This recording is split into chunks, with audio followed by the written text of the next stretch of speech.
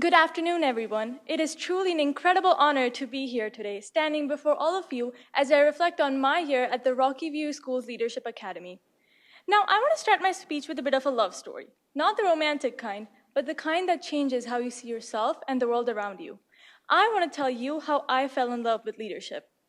You see, I come from an immigrant background, came to Canada in grade 4 from India, and like every immigrant family, mine also feared that the language barrier would overpower mine and my brother's merit.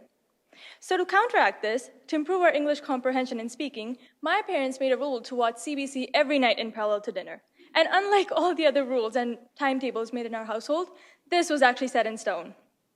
One night, according to the mandate, we were all sitting in front of the TV with dinner plates held in our hands, waiting for the CBC starting countdown to finish. The first thing on was an interview of the Defense Minister of Canada, who was of Indian origin. This was a shocker to me. At school, I rarely saw any faces that looked like me, and now I was seeing an Indian face on national television. I channeled my full attention towards her, impressed by her color-coordinated outfit, the way she talked, and her strong, assertive voice. After the interview, with a dream gleaming in my eyes, "I want to be her," I exclaimed. Growing up, I realized what I really wanted to be was called a leader. Our society conditions us to think that a leader should be assertive, always in control, the loudest voice in every discussion, and changing the world altogether. This sort of a mold that defines a leader is what I yearned to fit in. So over the years, I entered my confident, owning it era. I always aimed to be a strong voice in class discussions, joined youth advocacy groups, teen councils, basically did everything that I thought would fit me into society's mold, earning me the title of a leader. Following this preconceived notion is how I came to the Rocky View School's Leadership Academy.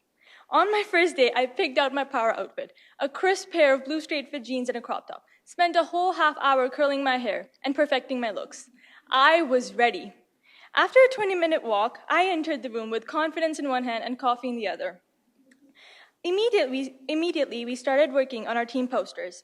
In our team, I was waiting for the battle to begin. The battle to be the loudest, the most assertive, to be in control, essentially to earn that title of a leader. But nothing of such sort happened. Everybody presented their strengths like a potluck and started working in the corresponding areas. Some were amazing artists who directed the rest on how to make the poster pretty. Some were confident speakers who started preparing what to say. Some were intellectual brainstormers who worked on the symbolism of the poster.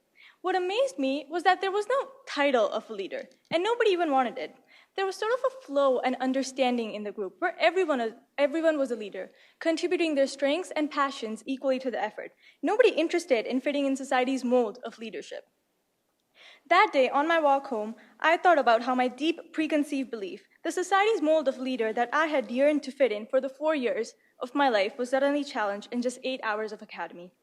With all the different types of leaders and kinds of leadership styles I had encountered. This was the impact that Rocky View School's Leadership Academy had on me. It made me realize how inherently unjust it is to set parameters on what a good leader should look like, when in reality there is a leader existing in every single individual who craves positive change. A unique type of leader with a different kind of leadership style, challenging society's mold and breaking those parameters. One specific leadership style that I learned throughout the year that completely changed how I view leadership is servant leadership, where the leader's main goal isn't power, recognition, or personal gain, but rather to serve those around them. It's embedded in everyday moments, like being a friendly face in the hallway, greeting a new neighbor, taking a second to ask someone how they're doing, or standing up for someone who's being left out. This leadership style stands out to me because of how simple it is to start practicing, yet how deeply powerful and direct its impact can be. Through Rocky View School's Leadership Academy, we lived out servant leadership in real ways, like when we volunteered at the drop-in center. We weren't there to be praised or rewarded. We were there to show up for the people who needed a hand. What I've learned is that true leadership doesn't have to shout to be heard. Sometimes it just needs to show up and serve. Because at the end of the day, the greatest leaders aren't the ones in front of the crowd following society's mold. They are the servant leaders lifting others up behind the scenes, challenging that mold. In the end, the Rocky View School's Leadership Academy has taught me that leadership isn't just about fitting into a mold, but rather it's about breaking that mold and embracing the unique leader in you.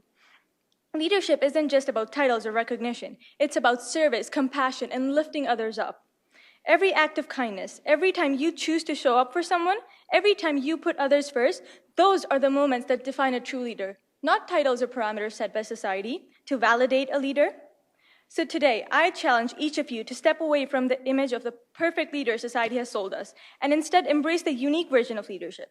Start with small acts of kindness. Be the person who listens, the person who serves, the person who makes others feel seen and heard. Because in the end, the world doesn't need more loud voices. It needs more open hearts. Lead with kindness, lead with compassion, and lead in a way that shatters the mold and creates a ripple effect of positive change. As I wrap up, I'd like to express my sincere gratitude to Lauren and Shika for organizing the Rocky View School's Leadership Academy. This transformative program is truly an incredible launchpad for youth, one that has allowed us to grow, learn, and find our own paths as leaders. And to my family, Mom, Dad, and especially my brother Pranshu, thank you for being my unwavering support system, my roots that have kept me grounded, and my biggest inspiration. Know that without all of you, I wouldn't be standing here today. Thank you.